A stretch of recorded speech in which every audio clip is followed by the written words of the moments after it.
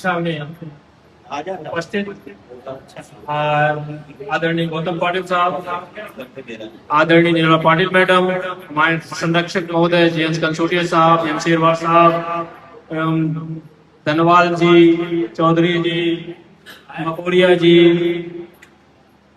प्रभाकर जी, अशोक जी एवं समस्त जिला अध्यक्ष उपस्थित हमारे सभी ब्लॉक अध्यक्ष, तहसील अध्यक्ष एवं प्रांतीय कार्यकारिणी सभी सदस्यगण, साथियों, आज जो समीक्षा रखी गई है भोपाल संभाग की, इस आप लोगों को पता है कि वर्तमान में जो है शिक्षा सत्र चालू हो गया है और शिक्षा सत्र चालू करने के लिए जो हमें अजाज को पे बैक टू सोसाइटी का काम करना है, उसमें क्या करना है। पहले हमारा अजाज चला था रोजी रोटी अभियान का हमने प्रोग्राम चलाया था, दूसरा चला था अजाग चला गांव की ओर, अब तीसरा जो महत्वपूर्ण है अजाग चला स्कूल की ओर।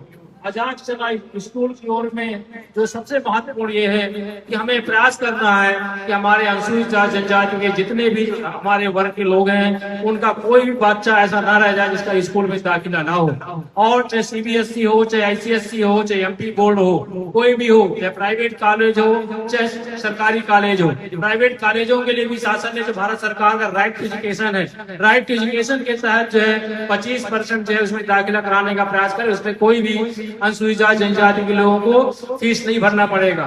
लेकिन ये सजगता से कार्य करना पड़ेगा, हमारा अजाज के पदाधिकारियों को करना पड़ेगा। और आप देखिए भाई पदोन्नतियां चालू हो गई है, पदोन्नति में देखिए जो जिला स्तर में हो रही है, एचओडी लेवल में हो रही है, उसको आप लोग देखिए शासन स्तर में तो हो सकता है ठीक हो, लेकिन एचओडी स्तर में और जिला स्तर में बदमाशियां हो सकती है। सीनियरिटी है तो मेरिट में जो हमारे अनुसूचित जनजाति के सेलेक्ट होंगे वो अनरिजर्व कोटे में जाएंगे, इसका विशेष ध्यान रखना होगा। और अभी जैसे लगभग 75,000 से 1 लाख पदोन्नतियां हो जाएंगी तो इतने हमारे नए पद खाली होंगे। तो रोस्टर अनुमोदन करते समय ध्यान रखें, दस्तखत ना कर दें। आप लोगों को चाय नाश्ता कराएंगे अधिकारी और वो बना के रसीद करा लेंगे और हमारे समाज का नुकसान होगा। तो मेरा सभी अध्यक्षों से, सभी पदाधिकारियों से अनुरोध है कि रोस्टर में दस्तखत करने के पहले एक बार पार्टी से चर्चा कर लें, शेयर कर लें, और जब तक आप पूरी तरह संतुष्ट हो जाएं कि रोस्टर सही है तभी दस्तखत करें। कई ऐसे मामले आए हैं कि हमारे SC ST के पद जो है गायब कर दिए गए हैं और हमारे अध्यक्षों के, हमारे पदाधिकारियों के दस्तखत हैं। ऐसी पुनरावृत्ति नहीं होना चाहिए, नहीं हमारे समाज का बहुत बड़ा नुकसान होगा। दूसरा, अभी अजाग से यहाँ प्रांतीय कार्यालय यहाँ पे अजाग भवन में हमें कैरियर गाइडेंस और कोचिंग क्लास खासकर मैथ और इंग्लिश के शुरू कर रहे हैं, रजिस्ट्रेशन चालू है। जो भी आपके बाहर से तो नहीं आ सकते, लेकिन भोपाल के जो पदाधिकारियों से मेरा अनुरोध है कि ऐसे बच्चे जो श्रम बस्तियां हैं, गरीब बस्तियां हैं और गरीब लोग हैं, ऐसे लोगों को आप बताइए कि यहाँ अजाक्स में रजिस्ट्रेशन करवाएं। पाटिल साहब बैठे रहते हैं, मैडम बैठी रहती हैं और इनका फॉर्म लेके अपना नाम दर्ज करा दे और शीघ्र शुरू, जैसे ही 40-50 बच्चे हो जाएंगे हम शीघ्र उसको कोचिंग क्लास स्टार्ट करेंगे, क्योंकि अजाज का काम है पे बैक टू सोसाइटी का। यदि हम करेंगे, और लाइब्रेरी भी है, लाइब्रेरी और अच्छा उसको करेंगे। थोड़ी सी प्रॉब्लम है, कुछ लोग जो है समाज द्रोही लोग हैं, काम कर रहे हैं, हो सकता है बाबा साहब उनको सद्बुद्धि दे, निश्चित रास्ते में आ जाएंगे। मेरा अनुरोध है कि जो हमारी जो लाइब्रेरी है उसको हम चालू करेंगे, लेकिन शीघ्र हम कैरियर कोचिंग क्लास चालू करेंगे, उसका आप भरपूर उपयोग करें। क्योंकि आप लोग 12 साढ़े 12 बजे से आए हुए हैं, हम ज्यादा समय नहीं लेंगे। आपको संरक्षक महोदय ने जो संदेश दिया है, जो मार्गदर्शन दिया, उसमें करना है। लेकिन ये तहसील और ब्लॉक हमारा जितना मजबूत होगा उतने हमारा समाज आगे बढ़ेगा। हमारा सब ध्येय होना चाहिए कि समाज का जो सबसे बड़ी पिछड़े पक्ष में खड़ा है उसको हम विकास की मुख्य धारा में लाएं। जब तक हम समाज के सबसे पिछड़े पक्ष में खड़े लोगों को जो है, जो हमारा मजदूर है, जो हमारा किसान भाई है, उसको हम समाज के या विकास की मुख्य धारा में नहीं लाएंगे, इस हम विकास की पूरी कल्पना होगी।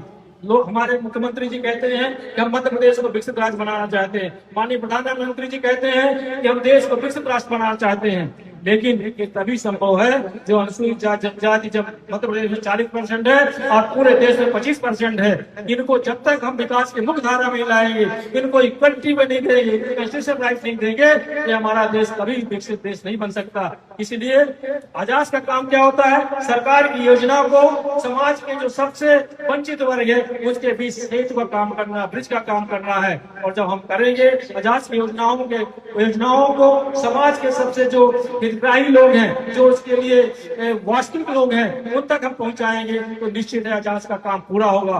अजास सिर्फ अधिकारी कर्मचारियों के लिए नहीं है, 90% हमें समाज के लिए काम करना है। दूसरा मेरा और निवेदन है कि आप लोग जहाँ रहते हैं, जहाँ के रहने वाले हैं, ठीक है आप लोग ब्लॉक तहसील में नौकरी करते हैं, लेकिन अपने गांव में जरूर जाएं, बस्तियों में जाएं, ताकि जो है वो आपको देख के गांव के लोग, बस्ती के लोग अपने बच्चों को पढ़ाएं और प्रोत्साहित करें। कभी ये देखिए, बाबा साहब ने एक बार जब लॉ मिनिस्टर थे, उन्होंने पता चला कि एक जो है हमारे एससी का कलेक्टर बन गया है, उस कलेक्टर को बाबा साहब ने मैसेज दिए कि आप जो है हमसे आके मिले। दूसरे दिन कलेक्टर महोदय जब मिलने गए बाबा साहब से, बाबा साहब वही रोटी में 8:30-9 बजे पेपर पढ़ रहे थे। बाबा साहब के जो अटेंडेंट ने उन्होंने कहा कि बाबा साहब कलेक्टर आए हुए हैं आपसे मिलने। उन्होंने देखा और उनको बैठने के लिए बोला और कहा कि आप जो है, पहले कलेक्टर सोच रहे थे कि बाबा साहब कुछ उनसे चंदा लेंगे, कुछ सहयोग राशि लेंगे, बड़े उस थे कि पता नहीं कितना चंदा मांगते हैं, लेकिन बाबा साहब ने कहा कि आप जिस बस्ती में हैं आप जाते हैं। बोले बाबा साहब, उन्होंने कहा हम नहीं जाते। बोले आप जाइए, अपनी लाल बत्ती गाड़ी में जाइए। तो बाबा साहब हमारे लाल बत्ती गाड़ी जाने क्या होगा, उन्होंने बाबा साहब से बोला। उन्होंने कहा जब आप लाल बत्ती से गाड़ी जाओगे तो जो आपकी बस्तियों की महिलाएं हैं, जो पोछा लगाती हैं, जो झाड़ी लगाती हैं, जो खेत में काम करती हैं, जो मजदूरी करती हैं, वो आपको देख के सोई हमें अपने बच्चों की, बच्चा जो था कलेक्टर बन गया है और कल यही खेलता था, ऐसे हमारे बच्चों को हम पढ़ाएंगे और इसी के बराबर लाएंगे और प्रतिस्पर्धा हमारे महिलाओं में जागृत होगी और मजदूरी करके अपने बच्चों को पढ़ाएंगी। इससे जो है उनका क्या कहना चाहिए, उनके प्रोत्साहन होगा। इसलिए आप अधिकारी कर्मचारी हैं, आप लोग अपने बस्तियों में जाएं और ये प्रयास करें कि शिक्षा शिक्षा शिक्षा शिक्षा ही ऐसा है कि जो समाज को आगे ले सकता है। बाबा साहब ने कहा है शिक्षा वह शेरनी का दूध है, जो पढ़ेगा वो दहाड़ेगा। आज हमारे पुलिस भाई बैठे हुए हैं, ये अजास की लड़ाई है, बैकलॉग की जो बैकलॉग SC बैठे होंगे, ये बैकलॉग की लड़ाई अजास लगातार 2010 से लड़ रहा है। चाहे छात्रवृत्ति का आजाद लगातार लड़ रहा है, चाहे स्कॉलरशिप की आजाद लड़ रहा है। ये आजाद की देन है कि आज बैकलॉग लगभग भर्ती की गई है। जरूर है कि जो पदोन्नतियां हो गई हैं उसमें खाली हो गए। अभी हमारे पूर्व वक्ता बोल रहे थे 1,04,000 पोस्ट खाली है, अभी और लगभग 25-30 हजार पोस्ट खाली हो जाएंगे। लगभग 1,30,000 के आसपास जो है हमारे बैकलॉग की पोस्ट हो जाएंगी।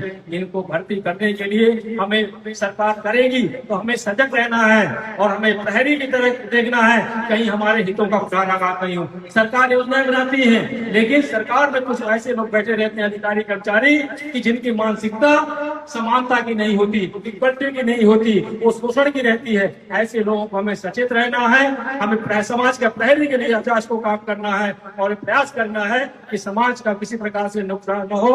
आप लोग बहुत देर से बैठे, धैर्य से सुना, धन्यवाद। जय भीम, जय भारत। मैं आपको चाहूंगा कि आप तहसील और ब्लॉक को इतना मजबूत कर दो कि जो है दूसरे संगठन लालायित हो जाए, और आप लोग यदि मजबूत हो जाओगे तो जितने जनप्रतिनिधि हैं वो आपके कार्यक्रम के लिए लालायित होंगे, कहेंगे कि ब्लॉक अध्यक्ष महोदय, जिलाध्यक्ष महोदय, तहसील अध्यक्ष महोदय, मुझे अपने कार्यक्रम में बुला लीजिए। ऐसा आप लोग रणनीति बनाइए, जैसे 12 जून 2016 का हुआ था कि माननीय मुख्यमंत्री जी हमारे कार्यक्रम में नहीं आने वाले थे, लेकिन जब देखा कि आप लोग लाखों की भीड़ में आ रहे हैं, हर जिले से 10,000 20,000 आ रहे हैं, तो 12 बजे माननीय मुख्यमंत्री जी के हाउस से फोन आता है कि सूर्यवंशी जी, माननीय मुख्यमंत्री जी आपके कार्यक्रम में आना चाहते हैं।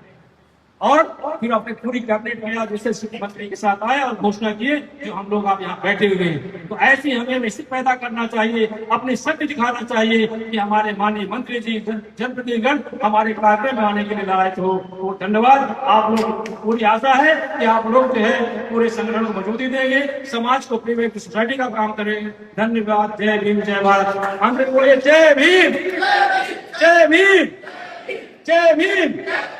धन्यवाद।